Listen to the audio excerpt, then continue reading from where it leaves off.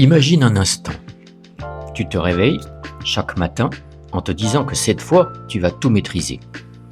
Ton boulot, tes relations, ton corps, ton esprit, tout doit être parfait, non?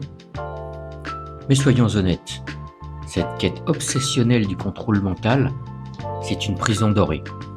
Plus tu cherches à forcer le bonheur à coups de checklist et de pensées positives, plus tu te retrouves piégé dans un cycle d'insatisfaction. Pourquoi? Parce que la vie, ce n'est pas une équation à résoudre. La vraie liberté, celle qui te fait respirer à plein poumon, commence le jour où tu décides de choisir ce qui mérite vraiment ton attention. Pas tout. Juste l'essentiel.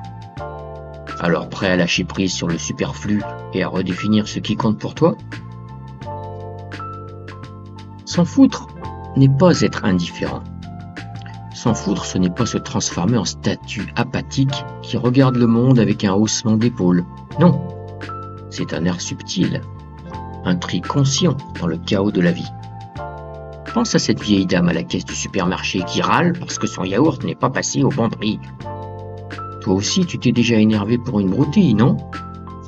Un commentaire mal placé, un retard de bus, un café renversé. Ces petites frustrations te volent ton énergie. Et pourquoi? Rien. S'en foutre, c'est choisir de réserver ton feu intérieur pour ce qui compte vraiment. Tes rêves, tes valeurs, tes combats. C'est le premier pas vers une liberté qui ne dépend pas des circonstances, mais de toi. La souffrance est ton moteur, pas ton ennemi. Personne ne signe pour souffrir. On veut tous des journées ensoleillées, des réussites éclatantes et des sourires permanents. Mais la vérité, c'est que sans douleur, il n'y a pas de croissance. La souffrance, c'est ce signal brut, cette alarme qui te hurle « Hé, quelque chose cloche !» Imagine un coureur qui ignore la douleur dans son genou. Il risque de se blesser gravement. C'est pareil pour ta vie. Cette frustration au boulot, cette dispute avec un proche, cette angoisse qui te réveille la nuit, elles ne sont pas là pour t'enfoncer. Elles sont là pour te pousser à agir, à changer, à grandir. Alors au lieu de fuir la douleur, apprends à l'écouter. Elle est ton guide, pas ton bourreau. Le bonheur vient de résoudre des problèmes, pas de les fuir. Le bonheur, ce n'est pas une plage paradisiaque où tous tes problèmes s'évaporent. Non, le bonheur, c'est ce frisson de satisfaction quand tu viens à bout d'un défi. Pense à la dernière fois où tu as surmonté un obstacle. Un projet bouclé au boulot, une conversation difficile mais nécessaire, ou même un simple puzzle terminé. Ce n'est pas l'absence de problèmes qui t'a rendu heureux, c'est le fait de les affronter et de les résoudre. Alors pose-toi cette question essentielle. Quel problème es-tu prêt à endurer pour vivre une vie qui te ressemble? Parce que c'est dans ces combats choisis que tu trouveras du sens. Tes émotions négatives sont utiles. Ta colère, ta tristesse, ta peur, on t'a appris à les cacher, à les enfouir sous un masque de positivité. Mais ces émotions, elles ne sont pas des intruses, ce sont des messagères. Quand tu ressens cette boule au ventre avant une décision importante, ou cette rage face à une injustice, ton corps te parle. Il te dit « quelque chose ne va pas, agis ». Ignorer ces signaux, c'est comme couper le son d'une alarme incendie. Au lieu de les combattre, écoute-les. Par exemple, ta tristesse après une rupture peut t'apprendre ce que tu veux vraiment dans une relation. Ta peur avant un entretien peut te pousser à mieux te préparer. Ces émotions ne sont pas là pour te freiner, mais pour t'orienter. Plus tu veux être positif, plus tu ressens du manque. C'est la grande ironie de notre époque. Plus tu cours après le bonheur parfait, moins tu l'attrapes. C'est ce qu'on appelle la loi de l'effort inverse.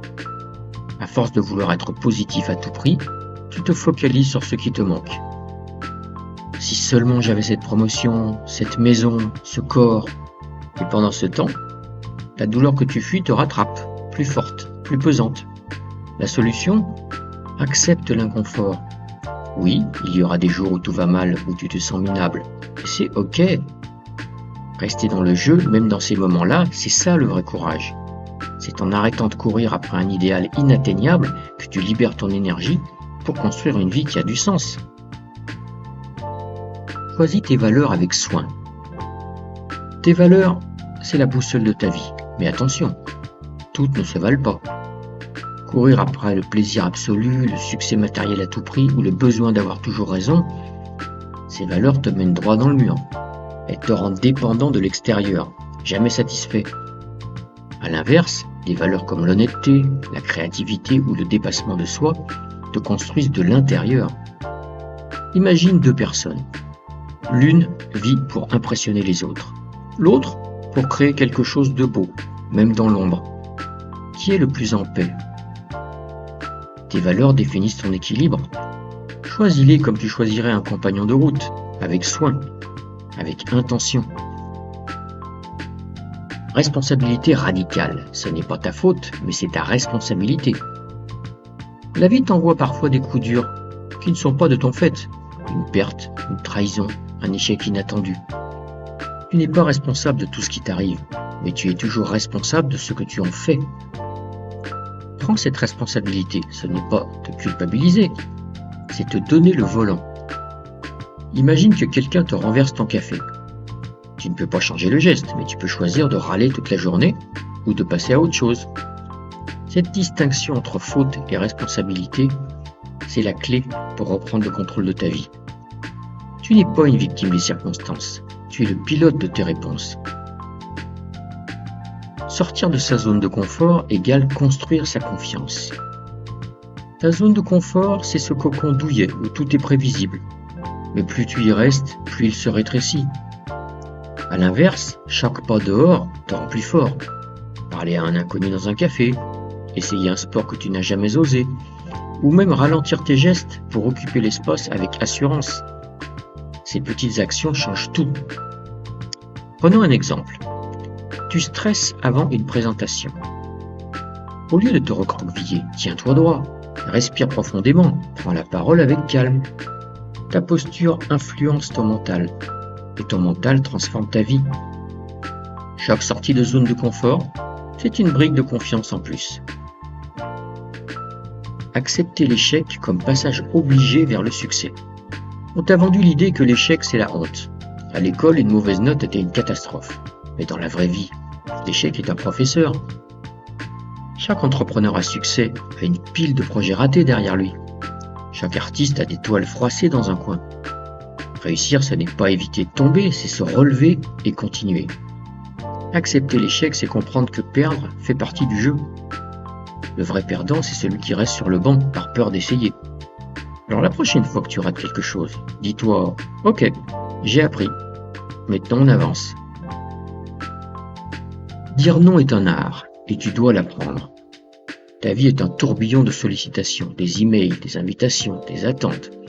Mais ce qui te draine, ce n'est pas ce que tu fais, c'est ce que tu n'oses pas refuser. Dire non à une demande qui ne te sert pas, c'est dire oui à toi-même. Imagine, un collègue te demande de l'aide sur un projet qui t'épuise, mais tu dis oui par peur de décevoir. Résultat, tu t'éparpilles, tu t'épuises. Apprendre à dire non avec respect et fermeté, c'est poser des limites saines. C'est choisir où investir ton énergie. Et crois-moi, c'est un super pouvoir qui change tout. L'engagement contre la dispersion. Explorer, tester, découvrir, c'est excitant. Mais à un moment, il faut choisir. Vivre un peu partout, c'est comme n'être nulle part. Se disperser dans 1000 projets, 1000 envies, 1000 distractions, c'est s'épuiser sans avancer. L'engagement, c'est l'opposé. C'est concentrer ton énergie sur ce qui compte vraiment. Imagine un écrivain qui passe des années à commencer des romans sans jamais en finir un. Et maintenant, imagine celui qui choisit une histoire et s'y tient, jusqu'au bout. C'est dans cet engagement que naît une profondeur, une satisfaction que la dispersion ne peut jamais offrir. La mort donne de la valeur à ta vie. Ça peut sembler brutal, mais c'est la vérité. Tu vas mourir. Nous allons tous mourir. Et c'est précisément cette finitude qui donne du poids à chaque instant. Méditer sur la mort, ce n'est pas être morbide, c'est être lucide. C'est réaliser que chaque voix, chaque moment compte. Demande-toi, qu'est-ce que je veux laisser derrière moi?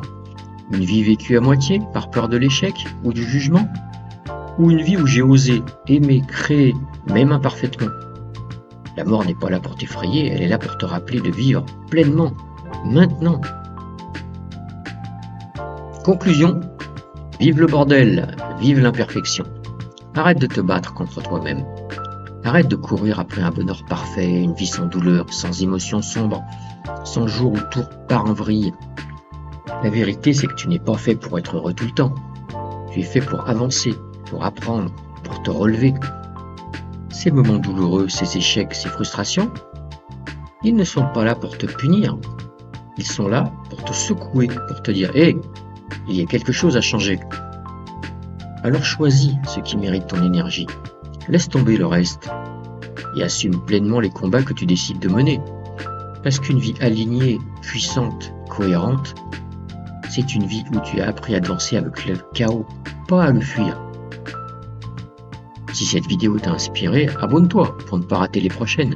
Active la cloche pour être notifié dès qu'on sort du nouveau contenu. Et surtout, dis-moi en commentaire, quel problème es-tu prêt à porter pour vivre une vie qui en vaut la peine? Partage ton histoire, ça pourrait inspirer quelqu'un d'autre. On se retrouve bientôt pour aller encore plus loin.